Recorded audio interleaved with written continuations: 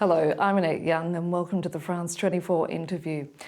This June, France is of course hosting the Women's World Cup, the biggest event in women's football, but there's one person who won't be taking part, and that is the Norwegian striker Annette Hegerberg, who won last year's Ballon D'Or, but says she has refused to participate in protest at what she says the lack of respect for female players, and she joins me today. Annette Hegerberg, thanks for your time. How hard is it for you to sit here so close to the stadium, which is behind us, which of course is going to host both the semi-finals and final in the tournament, and know that you're not going to be taking part?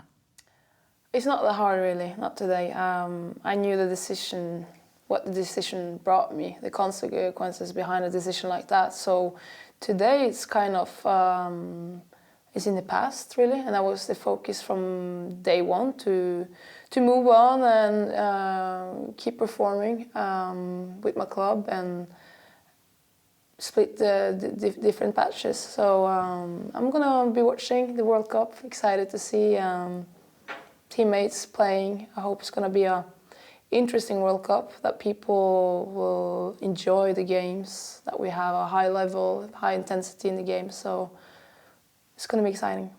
So why did you make the call? It's as easy as, it's been a while where I had the same feeling that I felt like I was maybe an object in a big piece where we weren't considered as professional as we should have been. Ambition-wise, a lot of talking with the action that you need. So I tried to make the impact I could, but in the end I had to step away because my impact didn't help, and it didn't help me as a footballer either. So in the end, it's a crucial decision to take, but it was an important one as well. But you made the decision after the Norwegian Football Federation has signed an historic agreement to ensure equal pay for both women and men. Because in the end, it's not about money either.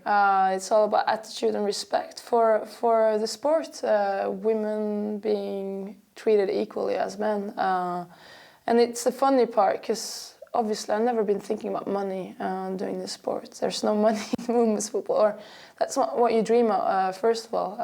It's getting bigger now, but on the other side, it's all about the attitude. Where do you put your woman in the spot they deserve? And in that case, I didn't feel it was good enough, and that decision came along before their decision of paying equally. So how much does women's football lag behind men's? A lot, I would say, a lot. Everyone can see that. Historically, you'll see all these numbers. I'm just not that focused on that part, to be honest. I'm always focused on what needs to be done for us to continue moving in the right direction. Always try to look on the positive part as well, because obviously if you're too caught up in the negative sides, I think you're going to be quite lost. But it's all about, I always try to look on what we players can do. And obviously it's to train hard, work well, and to increase the level in the game, which is the most important thing, so that people actually can't outsee us. But also stand together and use that voice we have to push for the change.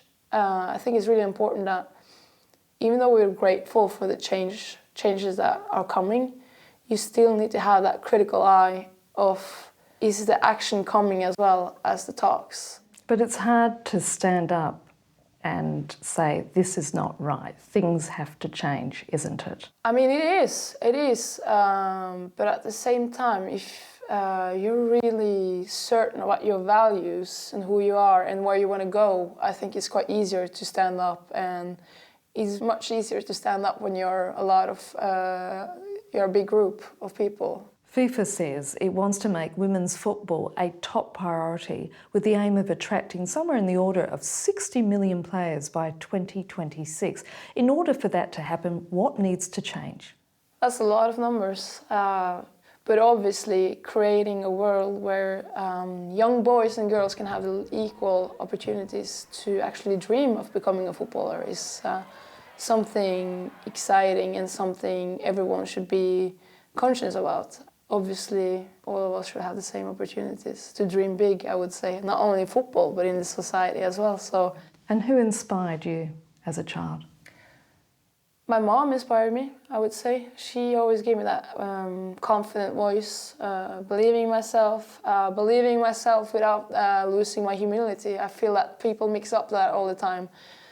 I feel that every time a girl or a woman has an opinion, it's all about being a diva or an ego person, and that's a thing that we need to stop. It's a harsh thing to, in the society in general. So giving me that self-belief has meant everything for me, for my career, but also for me as a human being. Wouldn't it help the sport, however, and particularly in terms of attracting corporate sponsorship, if games were played at bigger stadiums like the one behind us?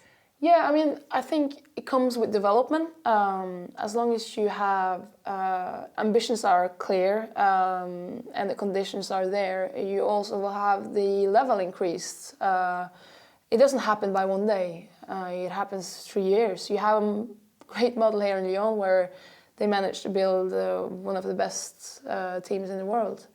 And that came from patience, obviously. But now, today, we have games in a big stadium with up till 30,000 people coming watch us, and that for me is fantastic. So it comes with the development. How much do you want to invest to actually put the women in the place they deserve? So it's all about ambitions, really, and I believe people would love some good football from women playing too, because there is good football. And dream big. Absolutely. How much support are you getting from your fellow male players? First of all, the respect, the mutual respect, I wanted to say. We see each other every day, so it's quite normal for us to back up each other. They're here for the big games. We're here for every game, we could say. So I think we can learn from each other, you know. So they're there for you? They are. At least a lot of them. Do you think we will ever see mixed games? No, not at all, because it's not about mixing the games. We all know that there are differences between the men and the women's aspect, physical. And that never been a question in other sports either. You're a man or a woman, but you're still a footballer. And obviously you shouldn't mix those two. But be treated equally, like we're here in Lyon, you could say. Example from our president, who consider us as equal as the men's, and they accept it too. They completely respect us as we respect them. So we have this common family feeling in the club, you would say. Which team should we be watching in the World Cup? I know obviously your loyalties lie with Norway, but who would you pick? It's a good question. I think it's hard to predict a winner in front of a tournament, because it's all about having that little bit of luck, you would say, the good start. But you always have the big nations historically. But it's hard to mention one. I think obviously for France, playing at home ground is a huge boost. But still, you have big nations as US and Germany and Japan and Spain even, you know. So it's hard to predict one. Any players that we should be keeping an eye on as well? Absolutely, I have a lot of them in my team, to be honest, from all different cultures. So you have. So who are they? You have everything from Eugenie till Saki Kumagai, the captain of Japan, which is my roomie as well. She's so important for them. They've done good, and they have kind of this new generation coming up, so it's going to be exciting to watch them. And then it's always interesting with Shanice and the Netherlands, but they're all fantastic teammates who are gonna make a huge impact on their teams. So it's gonna be exciting to see. Do you think this World Cup will change things when it comes to equality in the sport?